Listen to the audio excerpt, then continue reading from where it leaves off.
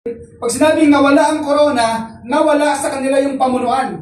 Nawala sa kanila yung lakas, nawala sa kanila yung authority, nawala sa kanila yung kapangyarihan. Why? Because yung mga panahon, kung babalikan natin, ang Israel ang pinakamalakas. Panahon ni David. Amen ba? Ang lakas ng Israel, makapangyarihan. Walang basta-bastang makakatalo sa kanila. Subalit, nung sila ay iniwan ng Panginoon, yung presensya ng Lord ay nawala sa kanila. Doon nawala yung kanilang corona. Andiyan pa ba kayo? Amen. Kaya sa ating pag-aaralan today, makikita natin kung bakit nawala yung corona.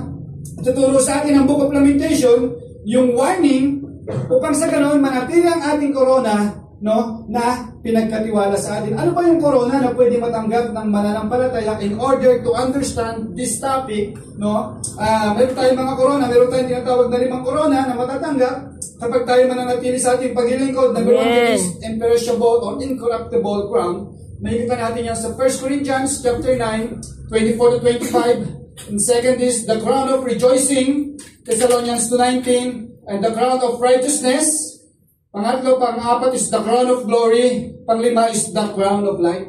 Amen. Matatanggap yan na mga mananampalataya. Amen ba? Amen. Na patuloy na naglilingkod sa Lord. Amen. At pagdating ng Revelation chapter 3 verse 11, sabi dyan sa NIV version, I am coming soon, sabi ng Panginoon. Hold on to what you have so that no one will take your crown. Amen. Amen ba? Amen. Kaya, kung naglilingkod ka sa Panginoon, tutuhanin mo na. Amen. Kung naglilingkod ka sa Panginoon, hallelujah, maging masigasig ka lalo. Mas maging matapat ka.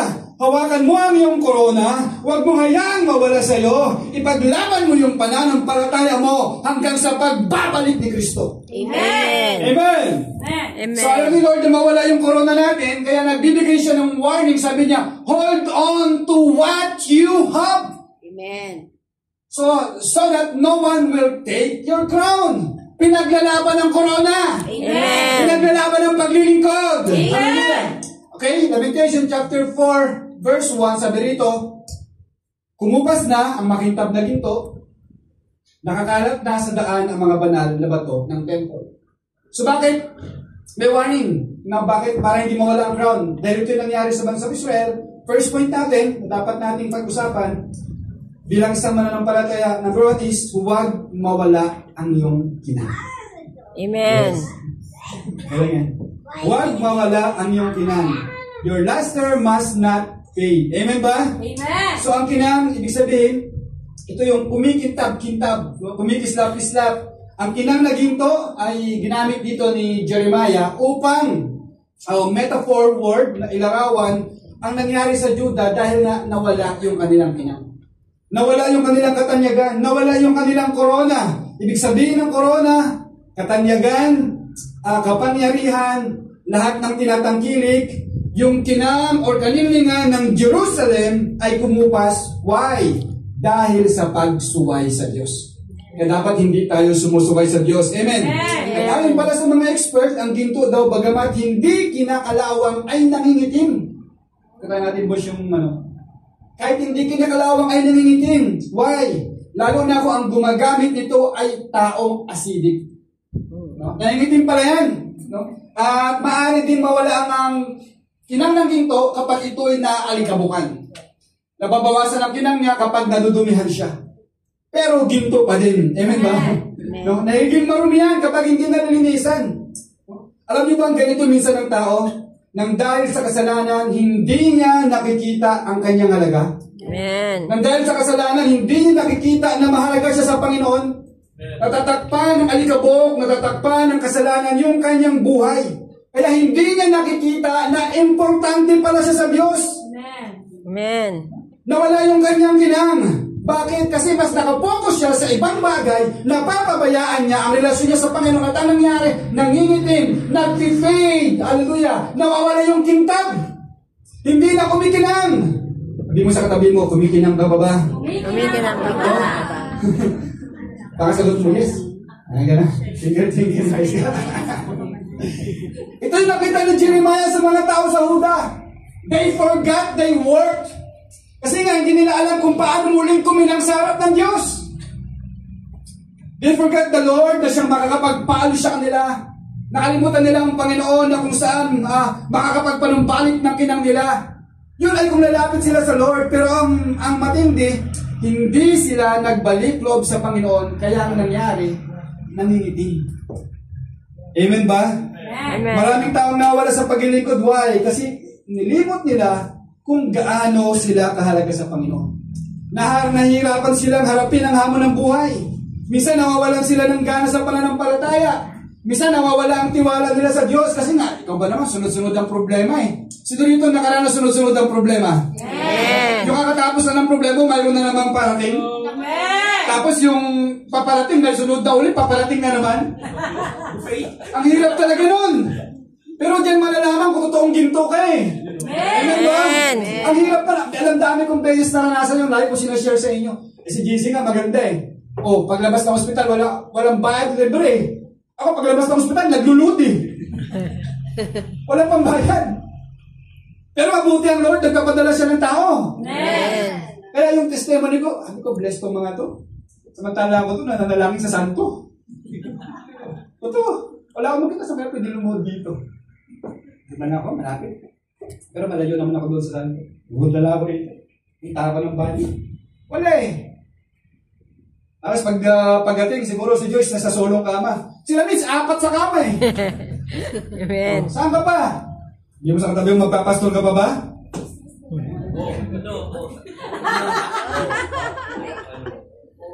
Tapos kung pag-chismisan ng pastor, kala mo ang yaman. Ang bigla, nakapila na ako, tutuporma pa ako eh. Lagulong pa ako eh. Tapos yung kasama ko, parang construction worker lang. Sir, meron po ba kayong PhilHealth? Wala po. Meron ba kayong SS? Wala din po. Durog eh. Tapos yung katabi ko, meron, may SS po ako rito, may PhilHealth po ako rito. Pastor ka ha? Pero wala kang PhilHealth, wala kang SS. SSS. Di, ewan ko ba? Ba't nangyayari yun? Pero nakalapas naman ang buhay. Ang lalaki kayo, no? Ang lalaki. Ang hirap pagdaanan, sunod-sunod ang problema kasi nga dyan, ititesal yung paglilingkod. Amen? Amen. Ang mananampalataya, no? Kapag kunting problema lang sumusuko, nangingitim agad. Amen. Kunting problema lang, nangingitim agad. Dapat sa panahon ng pagsubok, lumalabas yung kulay ginto mo. Amen. Alam na, may mga manampalataya sa ating panahon kung kailan tumagal sa paglilingkod, gustong sumikat. Mag-video-video, gustong sumikat, ay kung mag-aaralan mo nga sa mentoring namin, ang daming artista na born again, tapos ikaw gusto mag-artista? Di ba kayo? Amen. Kaya mo, hindi ka man sikat katulad ng iba, tandaan mo, mahalaga ka sa Panginoon. Amen. Mahalaga ang buhay mo sa Diyos. Amen. Hindi mo ba naisip, tingnan mo ulit yung katabi mo, kung gaano ka kahalaga. Tingnan mo ulit yung sarili mo. Kung gaano ka kayaman, hindi mo ba nakikita? Kung magkano yung presyo ng kamay mo? Wow! Diba? Magkano yung presyo ng baga mo? Yung iba nga, wala ng bato eh. Di ba? Pero ito kung Bato nga yan, di ba? magkano ang presyo niya, simula ulo hanggang talampakan. Ang yaman-yaman mo, kaya ang Diyos talaga mapagmahal siya. Bakit? Kasi nilikha kanyang mayaman. Amen. Ay, yung iba walang kamay, walang paa. Ikaw kompleto, nakakalakad ka. Amen. Nakakapagbigay ka. Nakakapag-holding hands ka ba? Amen. Di ba, Moy? Kaya nga, what more if we keep in our mind na nang-redeem tayo ng blood ni Jesus? Amen. Kaya mahalaga tayo sa Panginoon. Mas mahalaga ka pa sa ginto sa mundong ito. Amen. Mas mahalaga ka pa sa kayamanan ng mundong ito. Dahil tinubos ka ng banal at dugo ni Kristo. Kaya pinagdalhin mo yung kaligtasan na sa'yo ngayon. Amen. Huwag mo hayaan na mawala yan. Amen. Kunting hita lang, bumibigay ka na. Kaya tanong, kumikinang pa ba ang relasyon mo sa Diyos? Amen. Kumikinang pa ba? Amen. Ang kinang natin ay simbolo ng ating pananampalataya. Yung kinang natin, simbolo ng ating mabubuting gawa. Amen. Kailangan mapanatili yung ating kinang sa Panginoon. Patunay na sinasamahan tayo ng Lord. Hallelujah! Tungkulin nating alagaan, ipakita sa iba kung paano tayo binago ng Panginoon upang maging mabuting patotoo yung ating buhay sa iba. Amen. Hallelujah. Pwede bang palakpakan natin si Lord today? Lesson number 1 natin, tulad ng alahas, kailangan natin ng regular na paglilinis upang mapanatili ang kinang ng presensya ni Lord sa ating buhay. Amen. Diba pinapalinisan nyo yung alahas nyo? Palinisan nyo rin yung espiritu nyo. Yung buhay nyo. Yung buhay natin. Amen? Andiyan pa ba kayo? Amen. Ito ng 30 minutes para mas masaya. Okay, next natin is Lamentation chapter 4 verse 7. Dati, ang mga leaders namin ay matuwid at kasing puti ng snow. Wow. Malalakas. Masisigla. Tingnan mo yung katabi mo. Sabi mo, malulusog. Lulusog. Nagsiyari, malusog eh. Pangalawa, ano daw ang para mapanatili yung ating crown? Dapat maging kasing puti ng snow. Be as white as snow. Amen. Hindi ka man si Snow White, pero maputi ka. Di ba? Amen. So sa commercial, kung naalala nyo noon, kasi nga, batang 80s ako, nag-enjoy lang ako ng kabataan ng 90s. Sa commercial noon, ang mga babaeng labandera, ewan ko lang kung naabutan nyo yun, no? Para mapanatili daw ang corona nila, dapat naglalaba at ang gamit all time. Ano yun? Di ba noon, di pa kasi uso yung mga washing machine, laban, dami, laban. Ewan ko lang, Mr. Clean naman yata yun eh. Di ba? Para manatili yung corona, dapat maputi ka raw maglaba. No? So sa talatang ito, pinag-aralan natin, tinutukoy ito, ang tinutukoy dito, yung mga leaders dati ng muda, na mabubuti, kaya lang napalitan ng mga kurap. Nawala na yung matuwid nilang pamumuhay. Yung malinis nilang hangarin, napalitan na ng kasamaan. No? At ang lahat ng ito ay nangyari nang pinili nilang lumayo sa Diyos. Kaya kapag pinili mong lumayo sa Diyos, mangingiting ka. Amen. Sabi ng Lamentation chapter 4 verse 7. Dati ang mga Kasi lagi na gagagamit yung kasalanan, di mangitim naman nila. Mga ibang words. malalakas. Sabi nyo, puro na lang kasalanan si Pastor. Di mangingitim naman, katulad ng ginto. Sabi ng Lamentation chapter 4 verse 7. Dati ang leaders namin ay matuwid at kasing puti ng snow, malalakas, masisigla, at manulusog. Dito nilarawan ni Jeremiah yung pamumuno noon ng kanilang leader, no? Kasing puti daw ng snow yung pamamalakad. Ibig sabihin ng kasing puti ng snow symbolizes nagpapakita ng dalisay, kabutihan, kabanalan, integridad, at totoo sa kanilang ginagawa. Amen ba sa totoo sa kanilang paglilingkod? Amen. At sa Biblia naman, ang ibig sabihin ng puti, madalas ginagamit upang magpahiwatig ng kalinisan. Sabi mo sa katabi mo, banal ka. Banal ka. Kalinisan, katwiran, at pagiging malapit sa Diyos.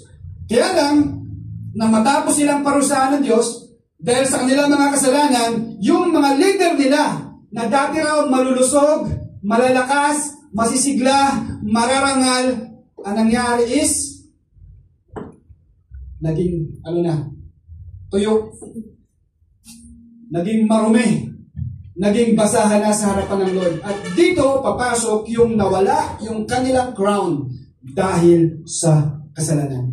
Kaya totoo yung kasabihan na cleanliness is next to godliness. Kung magiging malinis ka sa iyong pamumuhay, malamang na malamang kilala mo ang Diyos. Amen ba? Amen. Amen ba? Amen. Kung malinis ka sa iyong pamumuhay, alam mo na totoo ang Diyos. Hindi totoo yung sinasabi nila, minsan kailangan mo kumain ng marumi. Kailangan maging immune ka sa iyong ginagawa. Hindi totoo yung sinasabi ng iba. Tikpan natin, yung marumi minsan hindi. Kailangan mo raw gawin yung ginagawa ng iba. Kailangan mo raw gawin yung ginagawa ng makamundo.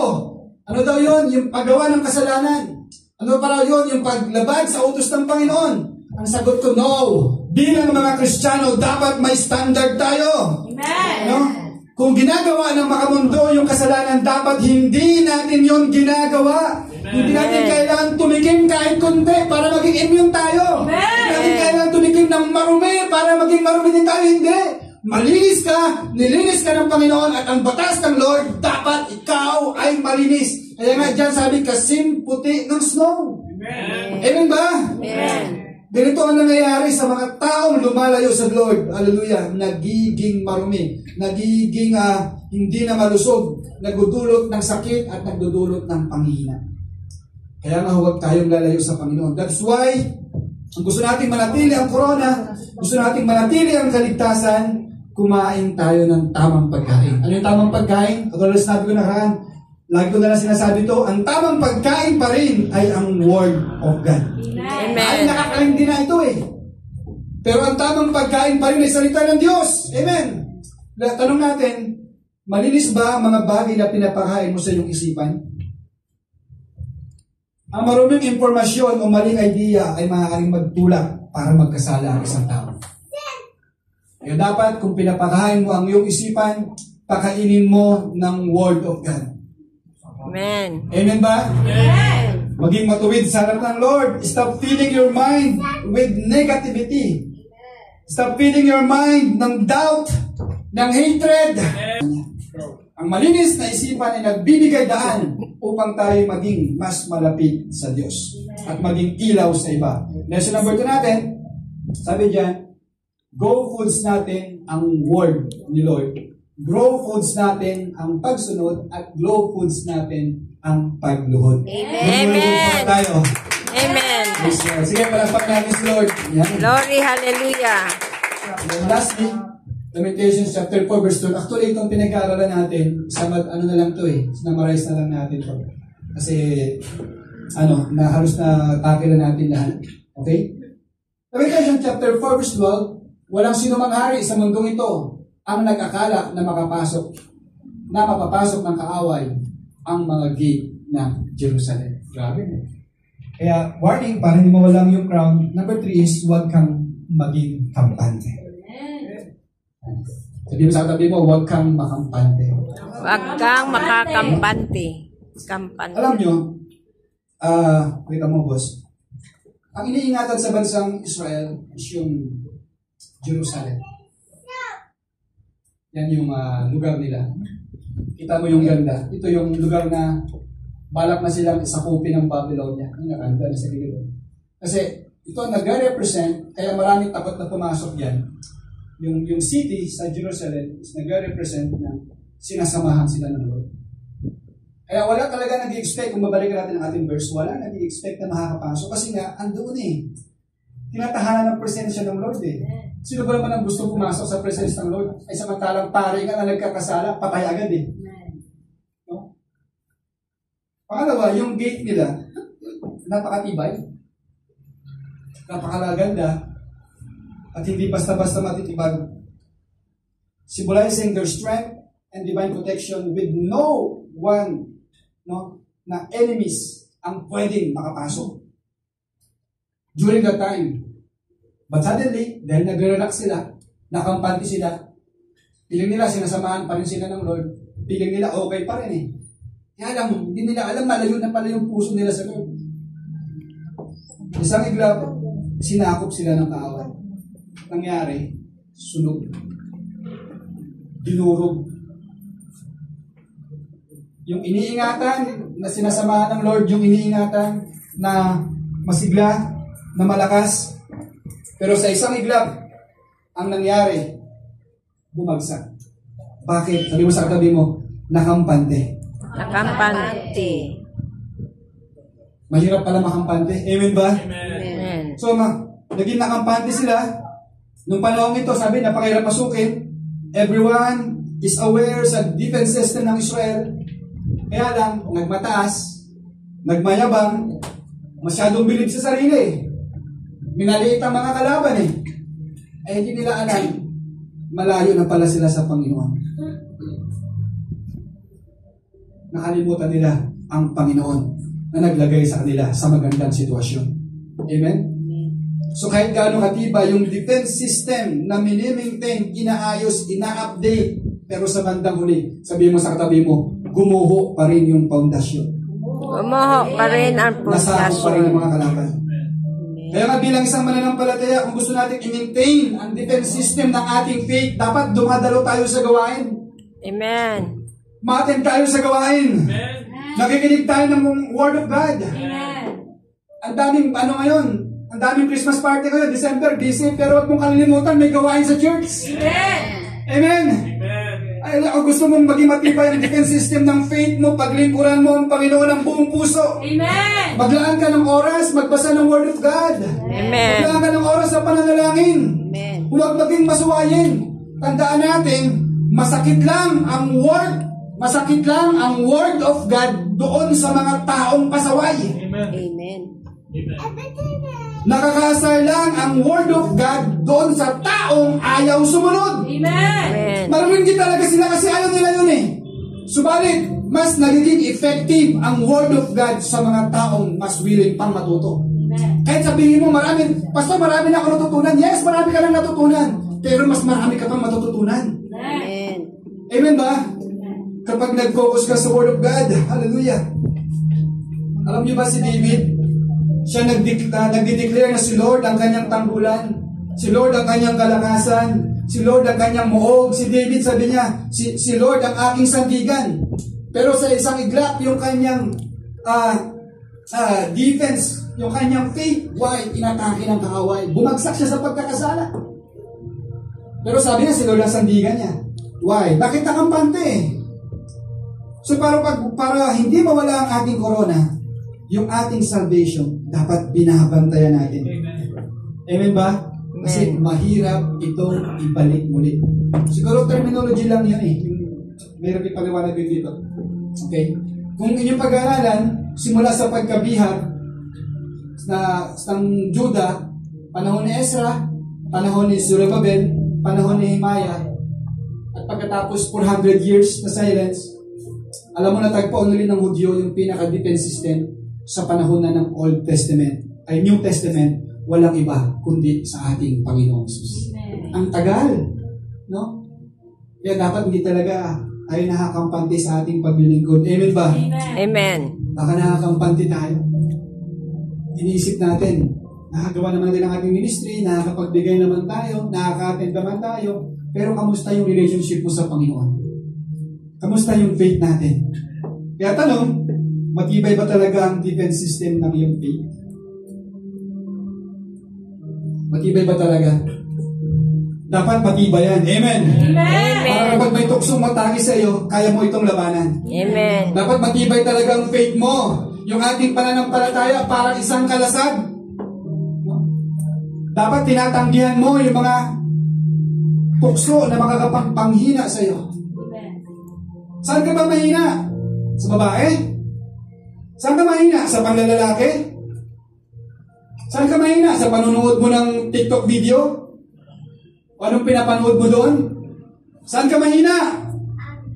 Sa alak? Sa bisyo? Saan ka mahina? Sa Shopee?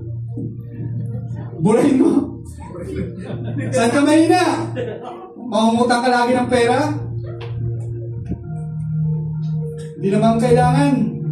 Saan ka mahina? Mag-isimba ka lang isang beses isang buwan? So, buti na ako, nag-isimba isang beses isang buwan. Yung katabi ko nga isang taon yung mag-isimba. Hindi mo sa tabi mo, hindi ikaw yun. Hindi ikaw yun. Kung saan ka mahina, doon mo patibayin ang defense system ng faith mo. Amen. Alam mo, ang buhay puno ng pagsubok, puno ng paghihirap. Amen. Pero sa pamamagitan ng matibay na pananampalataya, magkakaroon tayo ng lakas at pag-asa upang magpatuloy. Sabi nga ng James chapter 1 verse 3, alam ninyo na ang pagsubok ng inyong pananampalataya ay nagbubunga ng pagtitiis. Kaya ka pala dumadaan sa pagsubok. Dahil tinuturuan ng Lord na mabago yung karakter mo. Amen. May tinuturo ang Lord sa'yo. Amen. Amen ba? Amen. Hallelujah. Tinitibayan pala ng Lord yung pananampalataya mo pa sa Kanya. Masinuhubog ng Lord yung karakter mo. Kaya kapag may dumarating na pagsubok sa iyong buhay, alam ko na. Tinitingnan ng Lord kung faithful pa rin ako sa Kanya. Tinitingnan ng Lord yung faith ko kung matibay na. Amen. Amen. Sa buhay na ito, ang daming pagsubok. Pero tandaan mo, laging may tulong na nanggagaling sa Diyos. Amen. So ingatan yung crown, mamuhay ng maayos, huwag makampante. Amen. Amen po ba? Amen. And lesson number 3 natin, the best defense system ng faith natin ay ang masugid na pagsunod sa kalooban ng Diyos. Purihin ang Amen. Panginoon. Amen. Are you blessed today? Amen. Tayo lahat. Praise God. Hallelujah.